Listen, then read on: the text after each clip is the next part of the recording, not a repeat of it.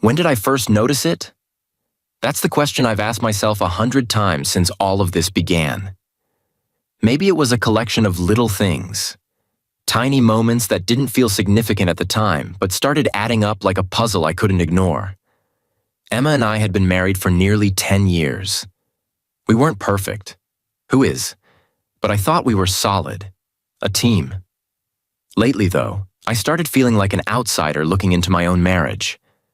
It began subtly. Emma started working late more often. At first, I didn't think much of it. She had a demanding job in marketing, and deadlines were nothing new.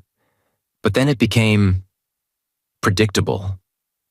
Every Wednesday and Friday, she'd text to say she was running late or going out with the team for drinks. I wanted to believe her, I really did. But something in the way she told me, it felt rehearsed, like she'd practiced the words before hitting send. Then there were the changes in how she looked. Emma has always been beautiful, but she suddenly seemed more invested in her appearance than ever before. New clothes, more makeup, even lingerie that I wasn't exactly being invited to see. When I asked her about it, she laughed it off, saying it was just for fun, or that she was treating herself. It was harmless, she said, but harmless didn't explain why I couldn't remember the last time she'd treated herself for me. And then there was the distance, emotional, physical, all of it. We used to have these little rituals that kept us close. Saturday morning coffee on the patio, long walks in the park on Sundays, even weeknight dinners where we'd talk about anything and everything. But those rituals were fading. Suddenly, she had excuses. I'm too tired. I need to catch up on emails, or worse, let's do it next week. Next week never came. I tried to talk to her about it. I'm not the kind of guy who lets things fester, so I brought it up one night while we were sitting on the couch. Emma, I said, is everything okay with us? She gave me a look like I'd asked her to explain quantum physics and said, of course. Why wouldn't it be? I pressed on, listing the changes I'd noticed. Her late nights, the lack of intimacy, how we seemed to be drifting apart. She dismissed it all, called me paranoid, and said I was imagining things. You're overthinking, David, she said, her tone light but her eyes distant.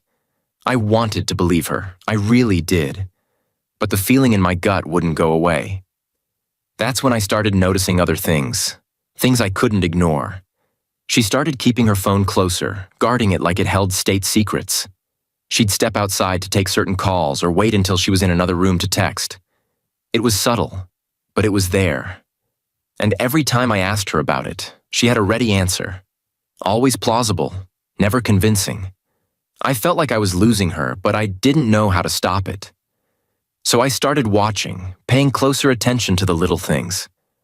I noticed patterns, how her mood seemed to lift on days when she was working late, and how she'd come home looking more refreshed than exhausted. I told myself it was nothing, that I was being ridiculous, but the doubts kept creeping in. It was like trying to hold water in my hands. No matter how tightly I tried to hold on, it kept slipping through my fingers. The final straw came when I overheard her on the phone one evening. She thought I was upstairs, but I'd come back down for a glass of water. She was in the living room, speaking softly, her tone warm, playful. You always know how to make me smile, she said. My heart sank. That wasn't how she talked to me anymore. That night, as I lay in bed next to her, I made a decision. If she wouldn't give me answers, I'd find them myself. That's when I reached out to the private investigator. It felt like crossing a line. But what choice did I have? I needed to know the truth, no matter how painful it might be. I'll never forget the moment I walked into Jake Sloan's office. It was like stepping into a scene from an old detective movie. Dim lighting, a faint smell of cigar smoke, and a guy behind the desk who looked like he'd seen it all. Jake wasn't flashy. He didn't try to sell me on his services with polished charm or big promises. He just handed me his card, looked me square in the eye, and said, I'll find the truth. It's up to you what you do with it. I wanted the truth, no matter how ugly it might be. Over the next couple of weeks, Jake kept me updated, cryptic texts here and there, letting me know he was making progress. At first, I clung to the hope that he'd come back empty-handed, that I was overthinking everything. But deep down, I knew better. When I got the call to come in for his final report, my hands were shaking as I parked the car. I sat there for a minute, staring at the steering wheel, wondering if I was ready for what I was about to hear. Was I ready to have my suspicions confirmed? Was I ready to face the possibility that Emma wasn't the person I thought she was? I didn't know, but I had to find out. Jake didn't sugarcoat it. "She's not physically cheating," he said, his voice steady and professional. For a split second, relief washed over me. But then he added, "Not yet." The words hit like a punch to the gut. "David, your wife is emotionally involved with this guy, Ethan," he continued. "It's serious." He slid a folder across the desk. I hesitated before opening it, as if delaying the inevitable would somehow make it less real. Inside were photos. Emma and Ethan at a coffee shop, their heads close together. At a park, laughing like they didn't have a care in the world. And the one that nearly made me see red, Ethan holding her hand as they crossed the street. It wasn't just friendly. It was intimate. Familiar. "She hasn't crossed the line physically," Jake reiterated, as if that would make me feel better. It didn't. But they're close, and it's only a matter of time. They've been having lunch together almost every day, texting constantly, and, well... He paused, as if debating whether to continue. "She's not just confiding in him, David. She's sharing things. Personal things." I leaned back in the chair, the weight of his words settling on my shoulders. Personal things was an understatement. Jake told me he'd accessed her emails and messages. Illegally, sure, but I wasn't in the mood to argue ethics. The messages painted a picture of a woman who was falling for someone else, slowly but surely. There were no declarations of love, no explicit content, but the emotional connection was undeniable. "She doesn't speak badly about you," Jake said, almost as if he was trying to soften the blow. "In fact, when Ethan tries to criticize you, she shuts him down. But they're planning something." He handed me another paper, this one detailing their plans to spend a weekend together. Ethan's wife would be out of town, and they saw it as the perfect opportunity. They haven't figured out how to explain it to you yet, but they're working on it. I felt like the room was spinning. The idea of Emma plotting to spend the night with another man while I sat at home, oblivious. It made my blood boil. And yet, there was a part of me that wanted to look away, to pretend this wasn't happening. But I couldn't. Not anymore. Jake's voice cut through my thoughts. "David, I've seen this before. She's conflicted, but she's letting him lead.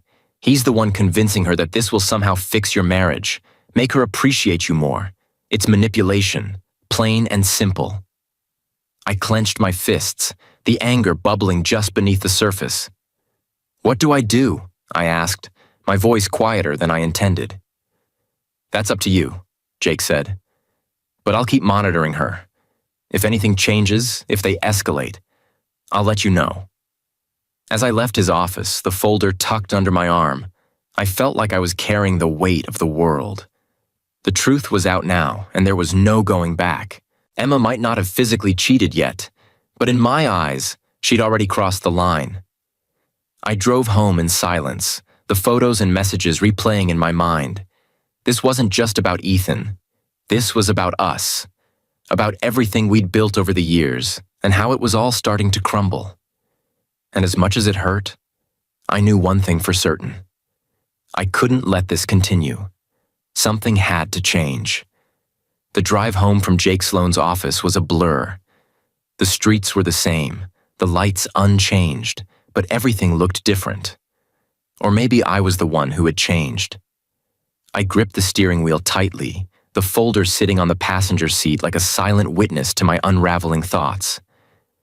What was I supposed to do now? How do you confront the person you love? The person you thought you knew? about a betrayal you can't unsee. For days, I carried the weight of that folder like an anchor. I couldn't eat, couldn't sleep. Every time I closed my eyes, I saw those pictures. Emma smiling at Ethan, her hand in his, her head tilted toward his as if he were the only person in the world. It wasn't just the physical closeness that got to me. It was the intimacy, the trust, the connection. It was everything she'd stopped sharing with me. I wanted to confront her right away, to lay it all out and demand answers. But every time I pictured the confrontation, it ended the same way. Her denying everything, turning it back on me, making me feel like the villain for even suspecting her. I could hear her voice in my head, sharp and dismissive. "David, you're overreacting. He's just a friend." And maybe that's what scared me the most. Not her betrayal, but the possibility that she wouldn't even acknowledge it. By Saturday night, I knew I had to make a decision. Sitting alone in the living room, staring at the folder on the coffee table, I realized I had two options. I could try to save our marriage, or I could let it end. Both choices terrified me. I thought about what saving the marriage would look like. Therapy, long conversations, a lot of pain, and no guarantee it would work. And even if it did, would I ever trust her again? Could I look at her without seeing those pictures, without hearing Jake's voice describing how she and Ethan were planning their first night together? Could I ever forget? Letting it end felt equally daunting. Divorce wasn't just an ending. It was a dismantling of our lives, our routines, our memories. It was the death of everything we'd built together. And yet, as I sat there in the silence of our home, I couldn't ignore the nagging thought. Had we already lost what we were trying to save? By the time I went to bed, I'd made up my mind. I wasn't going to make this easy for her, or for Ethan. If she wanted to throw away our marriage, I wasn't going to stand in her way, but I also wasn't going to let her rewrite the narrative. She wasn't going to paint herself as the victim or pretend this was some noble act of self-discovery. If she wanted to blow up our lives, she'd have to own it. The next morning, I started planning. It wasn't about revenge, not exactly. It was about control. For months, I'd felt like I was losing control of my marriage, my home, my life. This was my way of taking it back. I went over every detail in my head, imagining how the confrontation would play out. I thought about what I'd say, how I'd say it, how I'd respond when she inevitably tried to deny or deflect. I rehearsed it over and over until I felt ready. On Monday, Jake called with an update. "She's planning to talk to you tonight," he said. "She and Ethan have it all worked out. Dinner, dancing, and a hotel room. She's going to tell you it's a one-time thing, that it'll make your marriage stronger." The sheer audacity of it took my breath away. She actually thought I'd agree to this, that I'd sit back and let her spend the night with another man, all in the name of fixing our marriage. I laughed, a bitter sound that echoed in the empty kitchen. "She doesn't know me at all," I said. "No, she doesn't," Jake replied. "But she will." By the time Emma came home that evening, I was ready. The folder was tucked away, the photos and notes burned into my memory. I had rehearsed every word, every expression, every reaction. She walked through the door with a breezy smile, her keys jingling in her hand, and for a moment, I felt a pang of sadness. This was the woman I'd loved for a decade, the woman I'd built a life with. And tonight, I was going to tear that life apart. "Hey, David," she said, dropping her bag on the counter. "Can we talk?" I nodded, gesturing toward the dining table where I'd set out 2 glasses of wine. "I've been waiting for you," I said. My tone was calm, almost casual, but inside my heart was pounding. She hesitated, her confidence faltering for the first time. "Oh," she said, sitting down across from me. "You seem prepared." "I am," I replied, meeting her gaze. "So Emma, why don't you start?" Little did she know, this conversation wasn't going to go the way she'd planned. Not even close.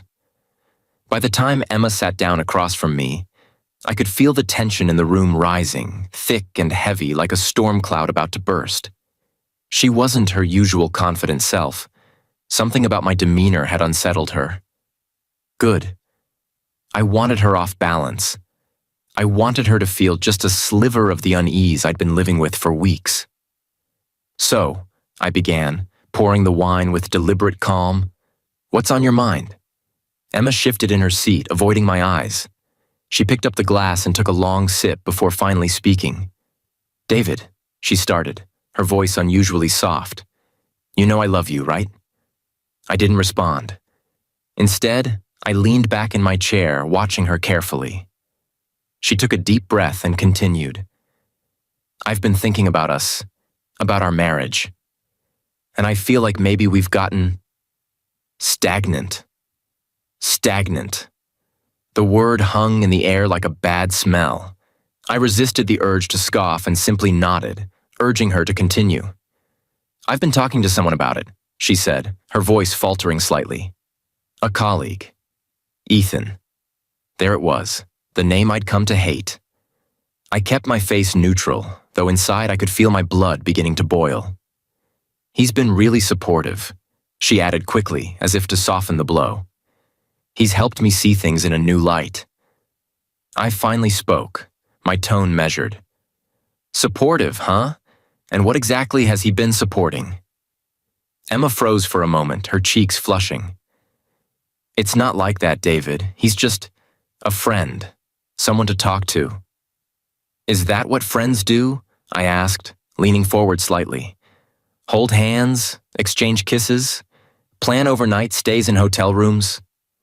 Her eyes widened in shock, and she set the glass down with a trembling hand. What are you talking about?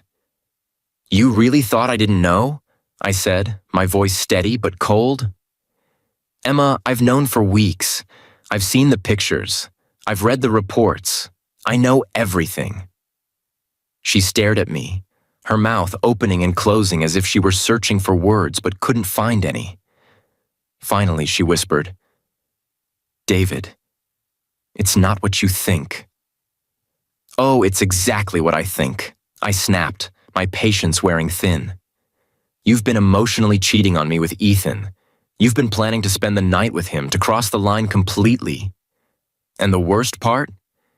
You actually thought I'd go along with it, that I'd sit here and let you destroy everything we've built together. Tears welled up in her eyes and she shook her head vehemently. No, David, you've got it all wrong. I wasn't going to… Don't lie to me, I interrupted, slamming my hand on the table. Don't you dare lie to me now. She flinched at the sound, her tears spilling over. I was confused, she admitted, her voice breaking. I didn't know what I was doing. I thought maybe if I could explore these feelings, it would help me appreciate what we have. I laughed bitterly. Appreciate what we have? By betraying me? That's the most twisted logic I've ever heard. I wasn't going to go through with it, she insisted. I swear, David, I was going to stop. I pulled out the folder and slid it across the table. Save it. The reservations, the texts, the pictures, they say otherwise. This wasn't some spur-of-the-moment thing, Emma. You planned this. You rehearsed it. You lied to me. She buried her face in her hands, sobbing uncontrollably. For a moment, I felt a pang of pity, but it was quickly overshadowed by the anger and betrayal that had been simmering inside me for weeks. You didn't just betray me, Emma, I said quietly. You betrayed us, our marriage, our life. Her voice was barely audible when she spoke again. I don't want to lose you, she choked out. I love you, David. I made a mistake, but I'll do whatever it takes to fix this. Please. I leaned back, crossing my arms. Do you even hear yourself? You were ready to throw me away for a guy who doesn't even respect you enough to keep things discreet. And now, when it's all falling apart, you suddenly want to fix it? Why? Because you're scared of being alone? No, she cried, shaking her head. Because I love you. I stood, my chair scraping against the floor. Love doesn't look like this, Emma. Love doesn't lie or cheat or betray. You made your choice. Now I'm making mine. She reached for me, desperation in her eyes, but I stepped back. It's over, I said firmly. We're over. And with that, I walked out of the room, leaving her sobs echoing in the silence. For the first time in weeks, I felt a strange sense of peace. It wasn't the ending I wanted, but it was the one we'd come to. And there was no turning back now. When I walked out of that room, leaving Emma sobbing at the table, I thought I'd feel a sense of relief, maybe even triumph. But as I sat in the bedroom, staring at the half-empty closet we'd shared for years, all I felt was a crushing emptiness. This wasn't how things were supposed to be. I never imagined our story would end like this. And yet, I knew there was no going back. Emma didn't come to bed that night. I heard her pacing downstairs, her voice rising and falling as she called someone. Probably Ethan. I didn't care. Let her explain this mess to him. Let her tell him how her plan to fix our marriage had completely unraveled. Maybe he'd console her, or maybe he'd realize she wasn't worth the trouble. Either way, it wasn't my problem anymore. The next morning, I woke up to find the house eerily quiet. Emma's car was gone, and the dining table where we'd had our confrontation was spotless, as if she'd scrubbed it clean to erase what had happened. On the counter was a note, scrawled in her neat handwriting. David, I'm sorry. I need time to think. Please don't do anything drastic. We can work this out. I crumpled the note and tossed it in the trash. Work this out? I muttered to myself. She had already burned the bridge. There was nothing left to save. Over the next few days, I began the slow, painful process of untangling our lives. I called my lawyer, the same one who had handled my first divorce, and explained the situation. It's not physical yet, I said, my voice heavy with resentment. But it's emotional, and it's enough. She was sympathetic but direct. David, emotional infidelity is tricky. Without concrete evidence of a physical affair, it's unlikely to impact the division of assets. If you want to keep things clean, go for a no-fault divorce. I hated the idea of letting Emma off easy, but I knew she'd fight tooth and nail if I pushed for more. So, I agreed to keep it simple. The house would be sold, the proceeds split, the cars, the accounts, everything divided right down the middle. It felt so clinical, so transactional, for something that had once been so personal. Emma returned home that Friday, looking tired and disheveled. She avoided my eyes as she walked through the door, dropping her bag on the floor. Can we talk? She asked, her voice barely above a whisper. There's nothing left to say, I replied, my tone colder than I intended. The papers will be ready next week. I suggest you start looking for a place. She flinched, as if my words had physically struck her. David, please, she begged. Don't do this. I made a mistake, but it's not too late. We can fix this. I'll quit my job if that's what it takes. I'll never see Ethan again. Why now? I asked, my voice filled with quiet fury. Why does it take losing everything for you to realize what you had? She had no answer. Instead, she stood there, tears streaming down her face, looking more vulnerable than I'd ever seen her. But I wasn't moved. I couldn't be.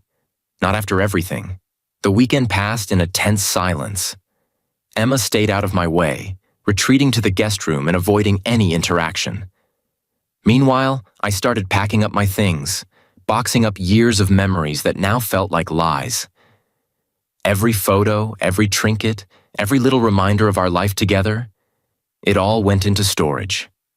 I couldn't bring myself to look at it anymore. On Monday, the papers arrived.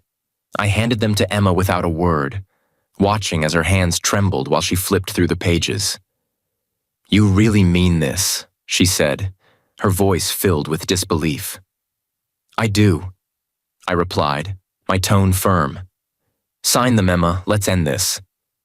She stared at me for a long moment, her eyes searching mine for some sign of hesitation, some crack in my resolve. But there was none. Finally, she nodded, her shoulders sagging in defeat. "Okay," she whispered. "I'll sign." That night, as I lay in bed alone, I felt a strange mix of emotions. Sadness for what we'd lost, anger at how it had ended, and, above all, a sense of finality. This was it.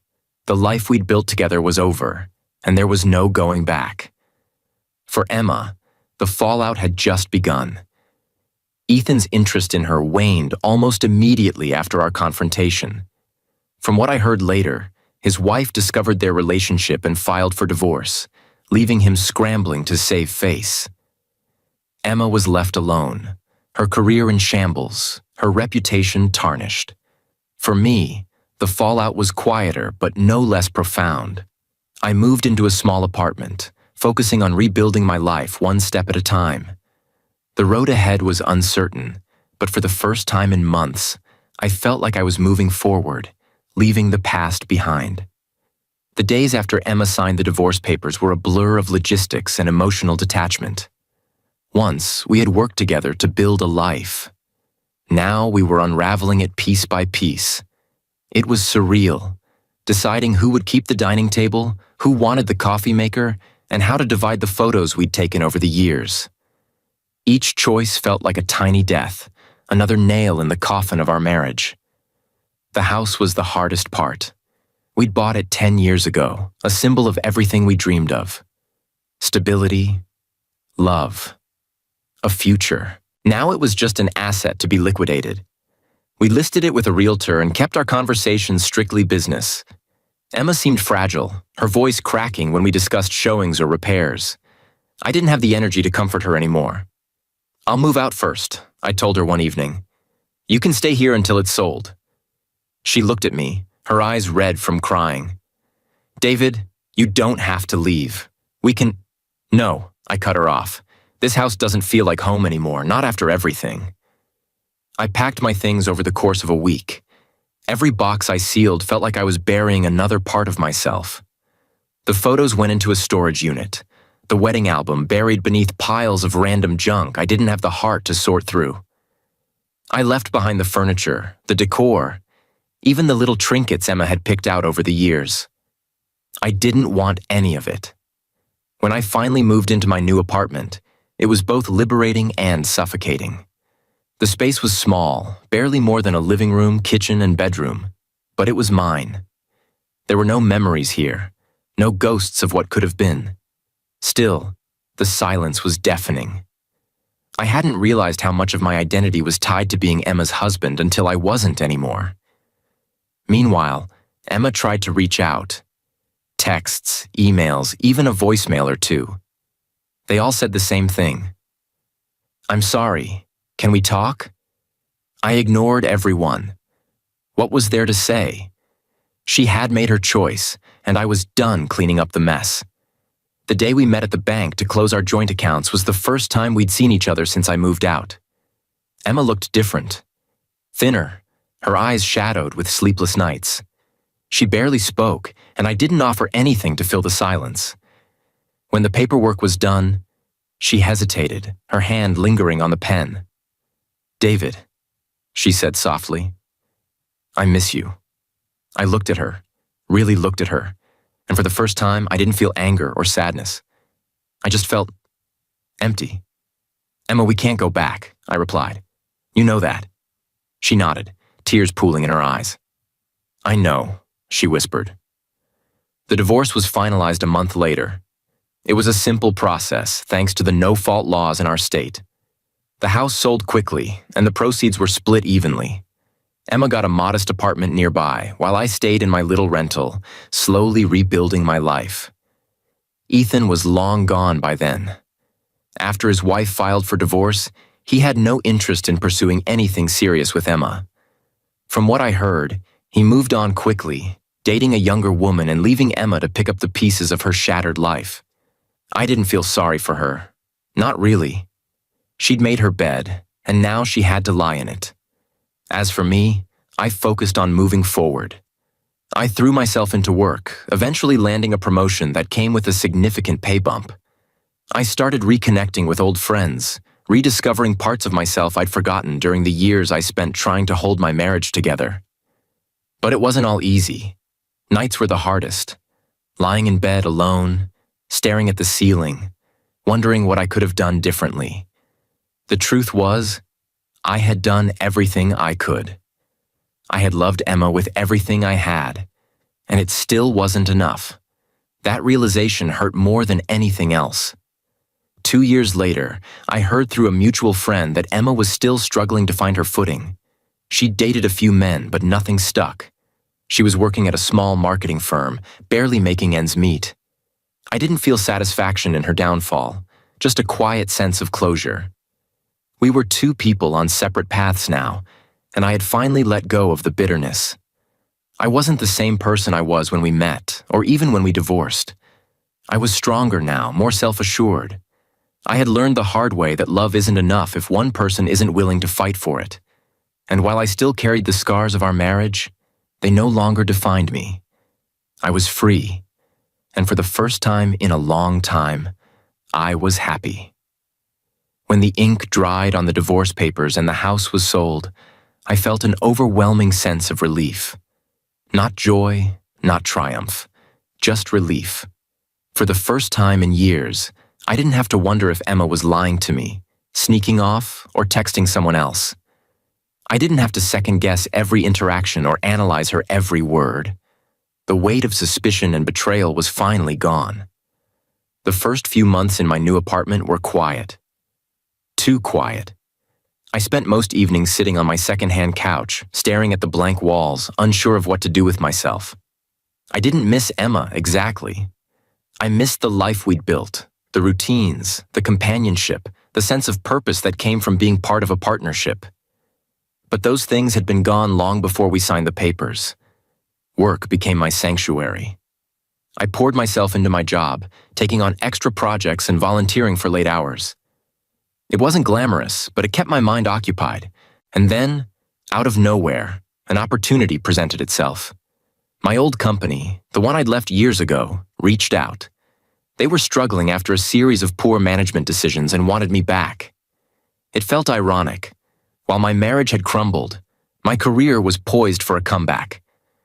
Negotiating my return was strangely empowering. For the first time in years, I felt like I was in control of something. I set my terms, higher pay, more flexibility, and they agreed without hesitation. Within weeks, I was back in the office, rebuilding my reputation and proving my worth. It wasn't just a job anymore. It was a second chance. Outside of work, I slowly started piecing my life back together. I reconnected with old friends I'd lost touch with during my marriage. At first, it was awkward, explaining what had happened and why I'd disappeared for so long. But they welcomed me back without judgment, and their support was a lifeline. It wasn't long before they started encouraging me to date again. I was hesitant at first, unsure if I was ready to put myself out there. The thought of trusting someone after what had happened with Emma felt impossible. But eventually, I decided to give it a try. My first few dates were a disaster. I was rusty, awkward, and far too guarded. I'd catch myself comparing these women to Emma, wondering if they'd hurt me the way she did.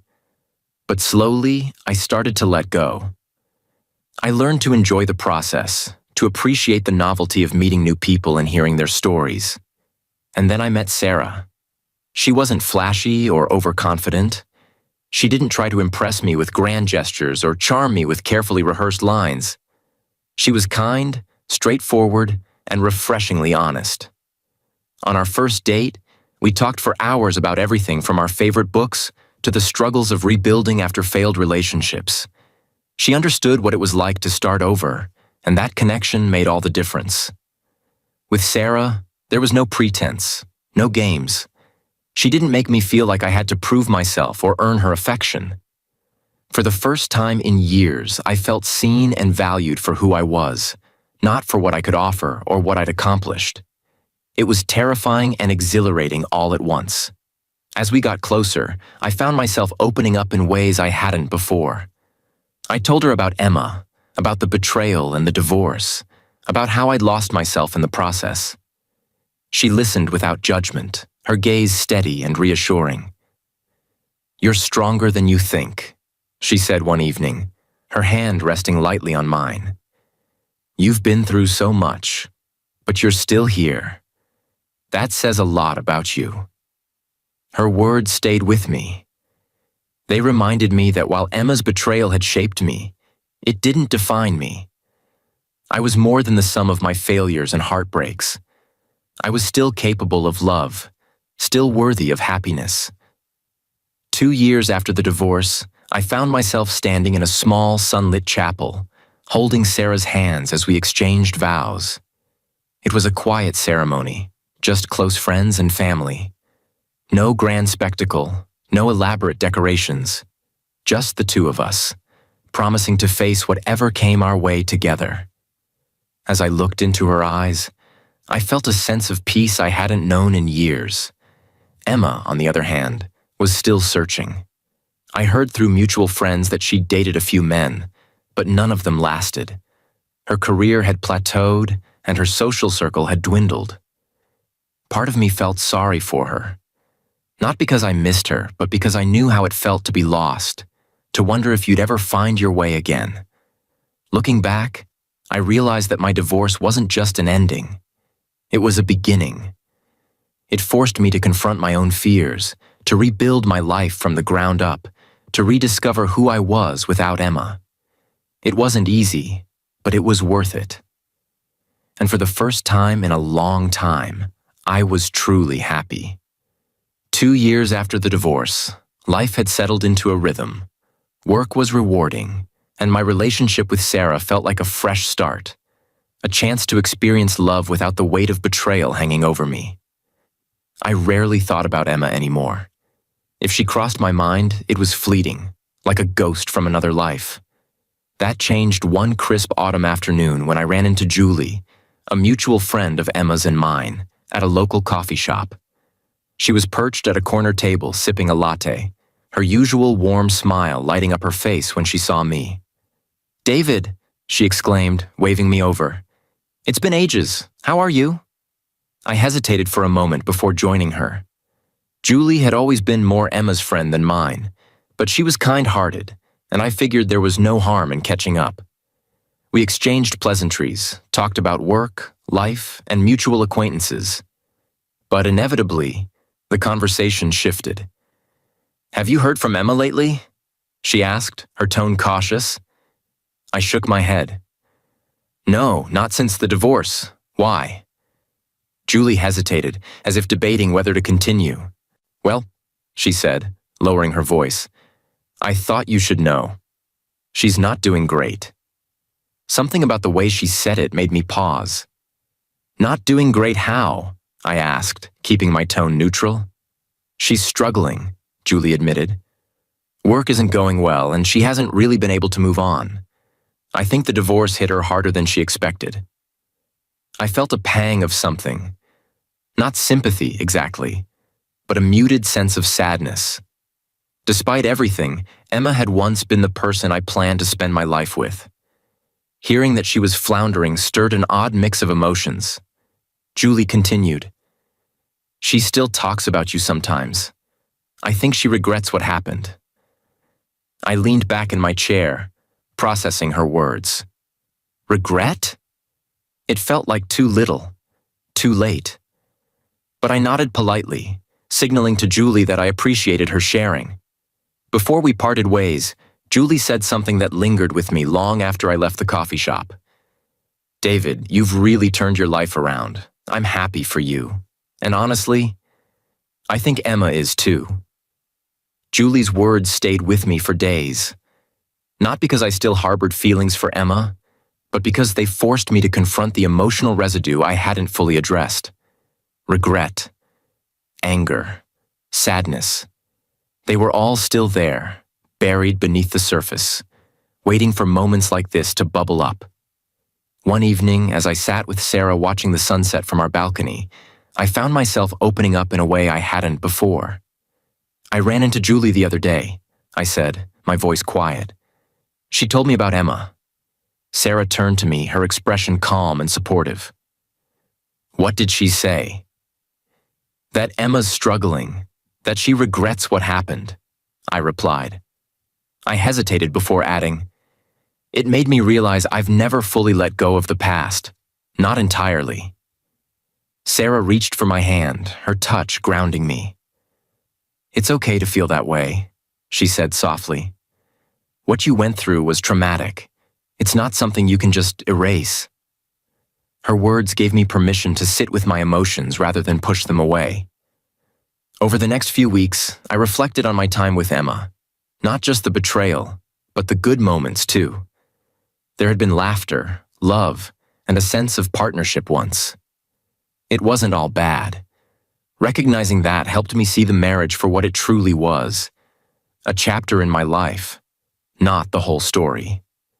Eventually, I decided to write Emma a letter. Not to rekindle anything, but to find closure for myself.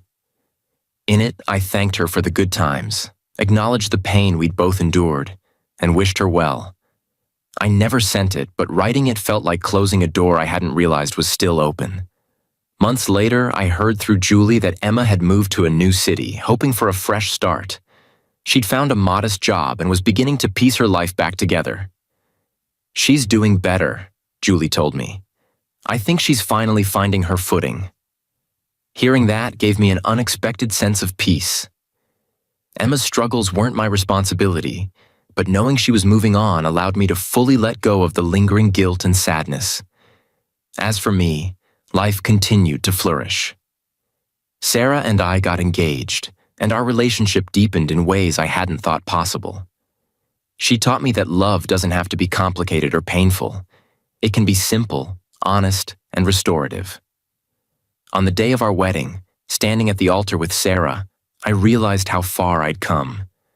The man I was now bore little resemblance to the one who had walked out of that broken marriage 2 years earlier. I was stronger, wiser, and more sure of myself than I'd ever been. Emma was a part of my story, but she didn't define it. She was a lesson, a stepping stone on the path that led me here. And for that, I was grateful. Not bitter, not angry, just grateful. As Sarah and I exchanged vows, I felt nothing but joy. The past was behind me and the future was wide open. For the first time in years, I wasn't looking back.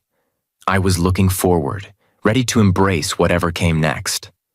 And that, I realized, was the true gift of starting over.